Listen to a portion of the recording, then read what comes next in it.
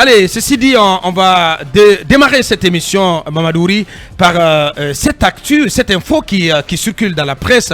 Ça commence donc à faire polémique. C'est du côté de la Côte d'Ivoire qu'on va la chercher, où on apprend que l'ex-premier ministre guinéen, Sidya Touré, aurait rejoint le cabinet du vice-président Tiomoko Kone. Oui. Vrai ou faux? Sidya Touré, président de l'UFR, ancien premier ministre de Guinée, a-t-il rejoint le cabinet du vice-président de Côte d'Ivoire, donc Tiomoko Kone? La question a tout son sens. D'emblée, quand on apprend ça, on se demande, mais est-ce que c'est possible? Est-ce que ça veut dire que si Sidya acceptait ça, qu'il a abandonné la vie politique en Guinée, qu'il a abandonné son parti, un tas de questions que l'on se pose. Bref, ce texte quand même qui circule, apparemment publié dans Confidential Afrique, et qui dit que, je reprends textuellement, une nouvelle recrue au cabinet du vice-président de Côte d'Ivoire, l'ancien patron de la tour Ablaye Fadiga, CEDEAO, une façon de décrire un peu le parcours de Tiomoko, a jeté son dévolu sur l'opposant guinéen Sidya Touré, ex-directeur de cabinet sous Alassane Ouattara à l'époque, donc qui était PM en Côte d'Ivoire, sous le régime de feu Félix Houphouët-Boigny, et puis donc ancien premier ministre de la Guinée et en exil en Côte d'Ivoire depuis la prise du pouvoir le 5 septembre 2021 par une junte militaire. Selon nos informations, nous dit Confidential Afrique exclusive, donc Sidya Touré a été nommé conseiller spécial à la vice-présidence de Côte d'Ivoire. Son expertise est très sollicitée par le président Alassane Ouattara, avec qui il entretient d'excellents rapports de travail depuis qu'il dirigeait la primature sous le règne de feu Félix Houphouët-Boigny. Une fonction stratégique qui va lubrifier le cabinet immédiat de Tiomoko Meïté Kone, qui compte s'appuyer sur l'expérience de l'opposant guinéen qui je vois pas le reste, qui n'est pas en odeur de sainteté avec donc les autorités militaires à Conakry. Alors voilà l'information. Maintenant j'essaie de vérifier. Et dans l'entourage de Sidya, on dit tout de suite que c'est faux. Peut-être qu'on va essayer de joindre Fodé Baldé, en tout cas, pour savoir un peu ce que le parti pense. J'en ai parlé avec Fodé. Fodé, j'en ai discuté un tout petit peu parce que j'ai partagé l'article de Le Révélateur de 124 avec lui et il avait très très mal pris cette info. Voilà, si tu peux joindre Fodé Baldé pour quelques minutes, très rapidement. Oui, allez-y. En tout cas, ce que je sache, Fodé n'était pas très chaud pour en parler parce qu'il pense que c'est un gros mensonge. Et la première question qu'on se pose, et c'est vrai qu'avant que Fodé me le dise, c'est le directeur de communication. Moi-même j'y ai pensé. Si on veut prendre Sidya comme conseiller spécial quelque part en Côte d'Ivoire, pourquoi ne le prendrait-on pas au cabinet même du président? Je veux dire, du président Alassane Ouattara. Parce que la complicité naturelle qui existe, c'est entre Alassane et Sidya Touré. Depuis qu'Alassane était Premier ministre à l'époque, il était dans son cabinet. Ils ont travaillé ensemble, ils ont développé des expertises. Après, Sidya est venu en Guinée. Donc, je veux dire, si on a besoin de son expertise aujourd'hui, est-ce que c'est pas auprès du président Ouattara dans son cabinet que dans le cabinet du vice-président? C'est cette logique quand même ne doit pas échapper à l'esprit des uns et des autres. Bref, en tout cas, là, le numéro de Sidya que j'ai aussi, je l'ai tenté sur WhatsApp. Malheureusement, personne n'a on est en train de préparer sa prochaine sortie, ce film. En tout cas, il faut dément catégoriquement que ce n'est pas du tout vrai. Et en tout cas, la personne la plus vue en ce moment auprès de Sidya, la plus atteignable et joignable, c'est bien Fodé Baldé, son directeur de communication. Qui dément l'information. Mais c'est quand même bien que si l'information n'est pas avérée, que l'UFR quand même se fende d'un communiqué pour la démentir. C'est aussi simple que cela. En tout cas, c'est une information. Cabinet, Manu, on vient de l'entendre très très rapidement.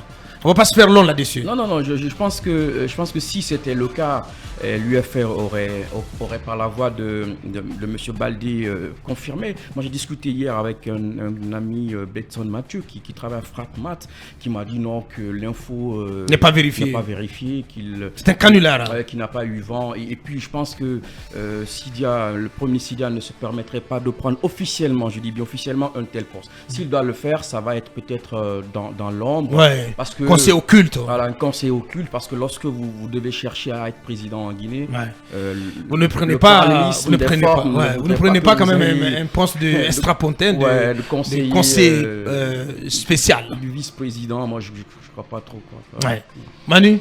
Je crois bien à la communication de Fodé Baldé, quoique j'estime aussi que Confidentiel Afrique est aussi un site qui me semble sérieux. Et comme vous l'avez dit, peut-être que c'est aussi dans l'intérêt de Sidya Touré que ce soit un poste de conseiller occulte, donc qu'il ne soit pas officiel. Ouais. Évidemment, si c'est le cas, si le poste a bien été octroyé et que pour ne pas justement faire le tollé qu'il ne veut pas autour, qu'on démente cela, ça peut bien être logique, parce qu'encore une fois, je rappelle que c'est un site qui est suffisamment aussi sérieux, suffisamment connecté, mais évidemment, on s'en tient en attendant. Les médias prescripteurs. Voilà, en attendant, on s'en tient à la communication officielle. La version de et encore une fois, ce ne serait pas dans l'intérêt de Sidya Touré qu'une information de ce genre soit confirmée publiquement. Bien. Oui. Moi, j'ai des réserves. Qu'est-ce que tu dis? J'ai des réserves. Oui, mais allez-y. Voilà, moi j'ai des réserves parce que pour le moment, tout ce qui a été dit par Fodé Baldé... Donc tu crois à l'info de Confidentiel? Non, mais j'ai dit que j'ai des réserves parce que pour le moment, il n'y a pas eu de communication, il n'y a pas eu un communiqué de la part de l'UFR pour... Mais on vient d'entendre... Non, Aboubacar, c'est plus que le communiqué, parce que le communiqué, c'est... Le communiqué, il est mieux, mais... Attendez, le président de l'UFR... Il a parlé avec son président. Mais le président de l'UFR... Fodé Baldé, c'est l'une des voix officielles. Oui, mais acceptez aussi et en ce moment, c'est l'une des figures importantes de l'UFR. Est resté quand même très discret ces derniers temps. Qu'est-ce que tu racontes? Oui, mais c'est pas lui qui parle forcément au nom de son parti. Oui, il est resté très discret. Nous avons donné l'occasion à l'UFR, à travers son directeur de communication, de confirmer ou infirmer les faits. Il vient de démentir. Qu'est-ce que tu cherches encore? Mais Sidya Touré est resté très discret sur les questions guinéennes. Vous le savez très bien, sur les questions éminemment politiques.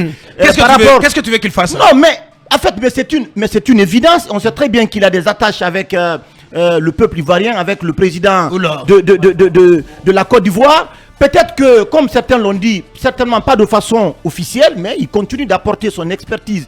Maintenant, si un journal assez crédible fasse une telle déclaration, je pense pour le moment, c'est de rester sur ses réserves et d'attendre que le président Sidya Touré en personne lui-même peut-être apporte vraiment un démenti par rapport donc à ce qui a été... Qu'est-ce que tu fais de la parole de Fodé Baldé? Non, je ne suis pas... Donc la parole de Fodé Baldé, elle ne vaut rien à tes yeux. Non, mais ce n'est pas suffisant. Bien, ce n'est pas suffisant. Moi, je reste vraiment sur mes réserves. Bien, voilà. Libre à toi. Parce que ce sont des hommes politiques. Libre à toi. Allez-y, Lincoln. Moi, j'apporte autrement mon appréciation par rapport à ce sujet. Sidya a étudié, Sidya est compétent, Sidya c'est un expert en tout, Sidya c'est un cadre valable. Sidya doit vivre.